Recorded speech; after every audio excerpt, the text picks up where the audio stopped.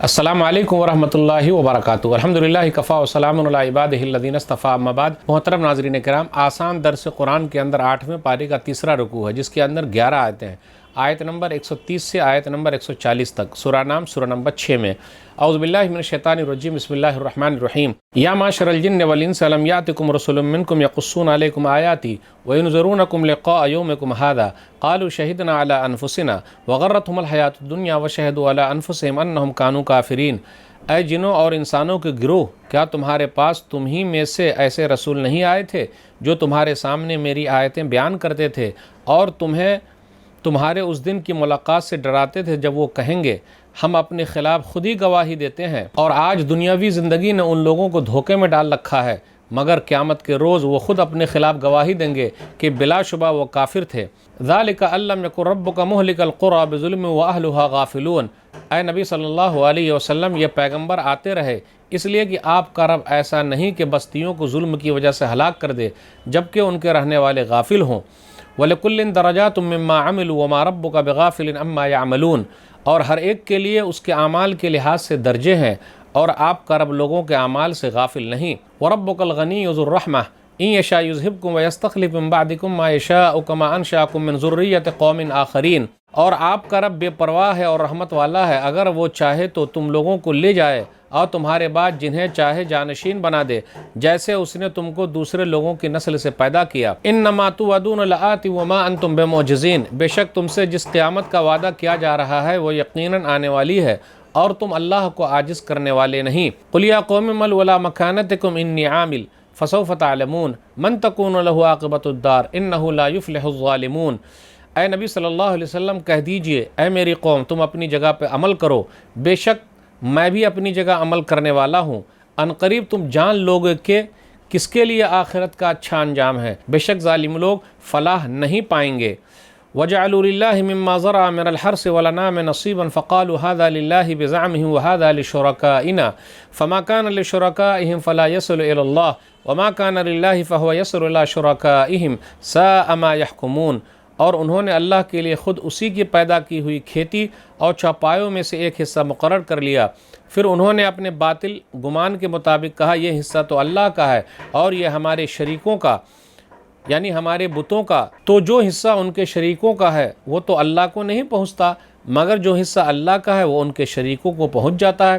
بہت برا ہے جو وہ فیصلہ کرتے ہیں۔ وَكَذَلِكَ زَيَّنَ لِكَثِيرٍ مِّنَ الْمُشْرِكِينَ قَتْلَ أَوْلَادِهِمْ شُرَكَاؤُهُمْ لِيُرْدُوهُمْ وَلِيَلْبِسُوا عَلَيْهِمْ دِينَهُمْ وَلَوْ شَاءَ اللَّهُ مَا فَعَلُوهُ فَذَرْهُمْ وَمَا يَفْتَرُونَ۔ اور اسی طرح بہت سے مشرکوں کے لیے ان کے شریکوں نے ان کی اولاد کے قتل کو مزین بنا رکھا ہے تاکہ وہ ان کو برباد کر دیں اور ان کے لیے ان کے دین کو خلط کر دیں، اور اگر اللہ تعالیٰ چاہتا تو وہ ایسا نہیں کرتے، لہٰذا آپ انہیں اور ان کے جھوٹ کو چھوڑ دیجئے جو وہ گڑھتے ہیں۔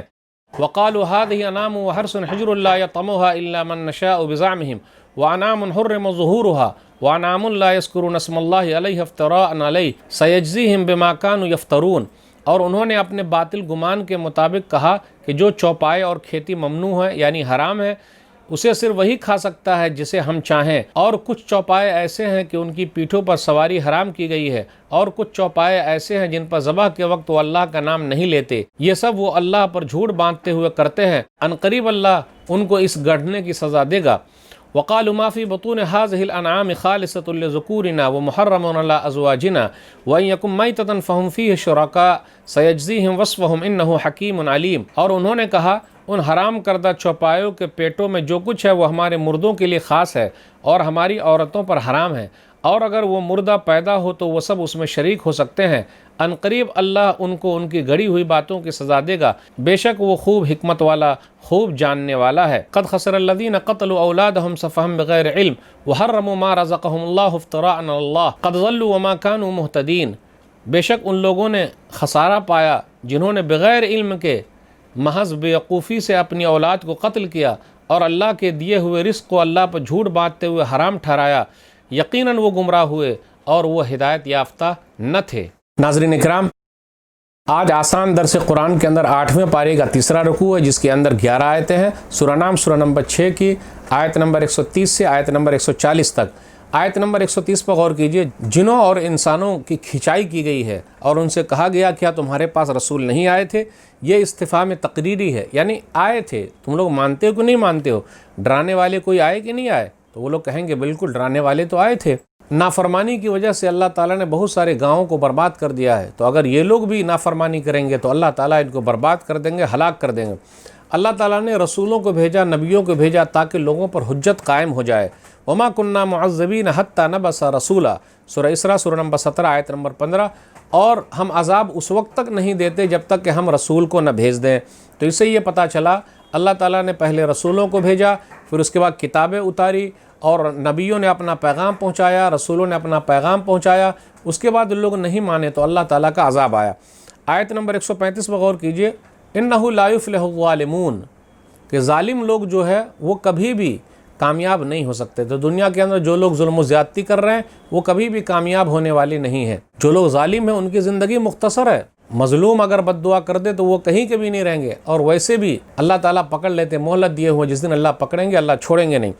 آیت نمبر 136 سے 140 کے درمیان غور کیجئے کہ مشرکین کچھ شرکیہ اعمال کرتے تھے، اس کی چند صورتیں بیان کی گئی ہے۔ وہ کیا صورت ہے؟ پہلی صورت یہ ہے کہ وہ جانور یا کھیت کی پیداوار کیا کرتے تھے؟ منع کر دیتے تھے، جی فلاں جانور کا استعمال نہیں کرنا ہے، فلاں کھیتی کا استعمال نہیں کرنا ہے۔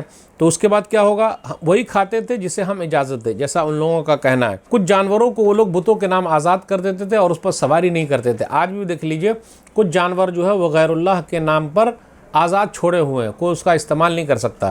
تو اسی طریقے سے وہ لوگ غیر اللہ کے نام پر بتوں کو آزاد چھوڑ دیتے تھے، اس کا استعمال نہیں کیا جاتا تھا۔ جیسے بحیرہ، صائبہ، وسیلہ اور حام، یہ جانوروں کی شکلیں ہیں، وہ بیان کی گئی ہے۔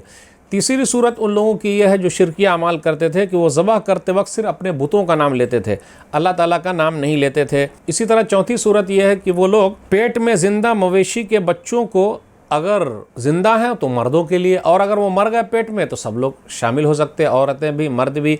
اسی طرح ایک شکل اور تھی جو وہ لوگ کرتے تھے کہ اپنے بچوں کو قتل کر دیتے تھے، بلیدان دے دیتے تھے بتوں کو خوش کرنے کے لیے، غیر اللہ کو خوش کرنے کے لیے۔ پھر اسی طریقے سے وہ لوگ اپنی بچیوں کو زندہ درگور کر دیتے تھے، زندہ ہی دفن کر دیتے تھے۔ تو یہ کچھ ایسے اعمال تھے، برے اعمال تھے جس کا تذکرہ قرآن کریم نے کیا ہے، اور یہ سب چیزیں جو تھی جس کا ذکر ہوا قرآن کریم نے سختی سے منع کیا ہے۔ تو ناظرین کرام، آج کے درس میں بس اتنا ہی۔ اللہ سے دعا ہے کہ اللہ تعالی ہم لوگ قرآن کریم کو پڑھنے، سمجھنے، عمل کرنے اور لوگوں تک پہنچانے کی توفیق دے، آمین۔ والسلام علیکم ورحمۃ اللہ وبرکاتہ۔